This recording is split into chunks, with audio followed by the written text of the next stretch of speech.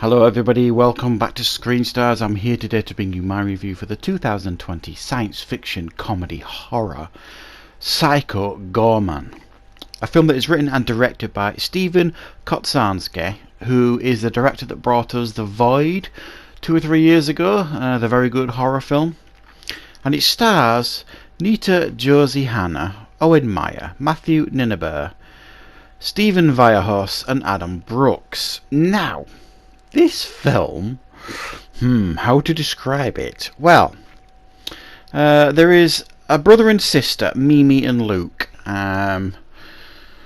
They discover like this intergalactic gem on Earth.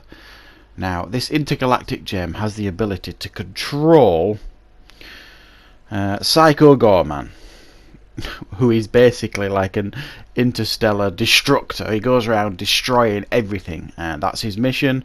That's what he wants to do: cause chaos, murder and destruction. And he has come to Earth to do that very thing. However, Mimi has found this gem which allows her to control Psycho Goreman, which she does with absolute glee. This annoys Psycho Goreman something awful, and the film then continues on from there. Psycho Goreman trying to release himself so that he can cause chaos, and Mimi and her brother enjoying the time that they have with him. Right, what are my thoughts on Psycho Goreman? Right, this film is mad. It really is mad. I mean, the trailer, when I saw the trailer a couple of months ago, I thought it looked fantastic. I really did. I do think this director has some talent. I really enjoyed The Void. I think it's an underrated Lovecraft-inspired horror film. I thought it was very, very good, and I do genuinely think he's very, very talented. What we have here is an entertaining film that tries a little bit too hard to be a cult classic. For my money anyway, but genuinely a very, very fun and entertaining film that doesn't take itself too seriously, so therefore you're allowed to have fun with it. I thought the effects on offer here was another example of why practical effects are far better than CGI for the most part, unless you're like Marvel and you've got all this money to throw at CGI effects in their films, and sometimes even those are a bit dodgy. If you've got 200 million to spend on a movie and more, then put CGI in if you want. If you're going for the low budget approach, practical effects are the way to go. I thought the effects in this film were outstanding, very, very impressive. The effects for Psycho Goreman was really, really good, but the design for all these creatures in this film was brilliant. There's a creature in it that, you know, reminded me of the creature in Weird Science, like this blob with this brain with eyes with tentacles. And then he kind of reaches out to some of his comrades in the past to come and help him get released from this girl, Mimi. And this crew of creatures turn up with some of the weirdest, wildest designs I think I've ever seen. I thought they looked magnificent. It was almost like a cross between, I don't know, something like Power Rangers, the design for some of them, and I don't know, like some strange H.R. Geiger invention crossed with Lovecraft.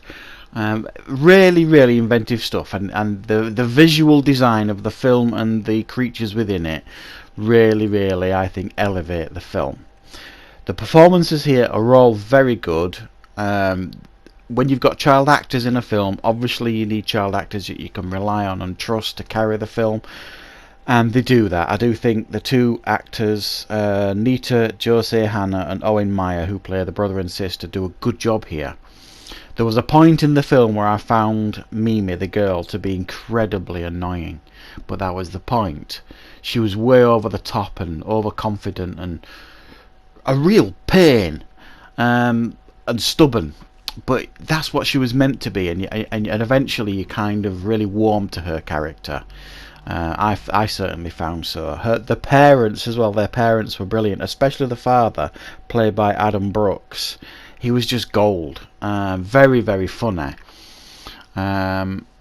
So there's a nice blend of performances here, and there are some genuine laugh out loud moments, I think, in this film that are quite sinister laugh out loud moments, to be fair. But I did genuinely find the film funny. I thought the humour was just bang on. It wasn't too much. Didn't try to be too funny. It was just at the right tone, I thought. There's some bits and pieces of action in it that looked fairly clumsy, I guess, but worked for the tone of the film. The weakest aspect is the horror side of it, I suppose. It's not a frightening film, but there's a good amount of gore and things like that with the practical effects on show. So what we get with this film, the whole package of it, is a bit of an odd one, but it kind of works. And like I said, I think it does try a little bit too hard to be like an instant cult classic. And when films try that, it just seems a little bit desperate sometimes. I don't think it needed to, try that hard. I think it's one of those films that is going to find an audience, I think. It's a film that is clearly made with a director with quite a lot of talent, and I think he's definitely one to watch for the future. I've enjoyed the two of his films that I have watched, certainly that I'm aware of that I've watched, The Void and now this one. I've enjoyed both of them, and I enjoy his approach to filmmaking and his approach to practical effects and his storytelling. I think he's got talent. I could imagine someone watching this and just scratching their head thinking, what on earth have I just watched, really?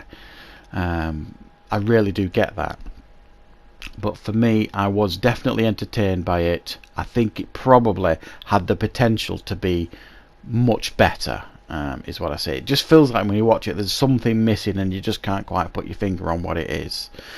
But I'm going to give this one a 7 out of 10. I did enjoy it, I was entertained by it, and there is a lot of fun to be had by watching it, and it's certainly different, and that's what a lot of us want. We'll watch movies these days, something different. So 7 out of 10 from me. I hope you enjoyed this review. I hope you found it useful. Thank you very much for watching, and of course I will be back with more content and reviews on Screen Stars very, very soon.